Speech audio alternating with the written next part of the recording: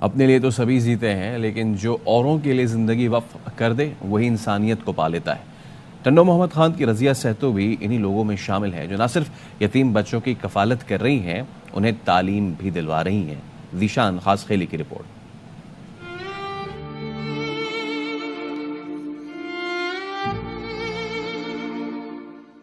کرائے کے چھوٹے مکان میں لاوارث اور یتیم بچوں کی پرورش کرنے والی یہ خاتون رضیہ سہتو ہے، جس کے پاس 20 بچے زیر پرورش ہیں۔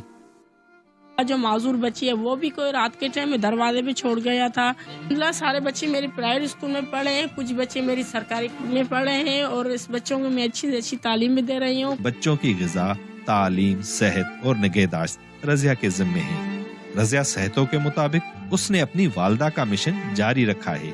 پہلے کام میری امی زلیخا سہتو کر رہی تھی، اس کا انتقال ہو گیا، اب میں اکیلی ہوں، یہ کام میں سنبھال رہی ہوں۔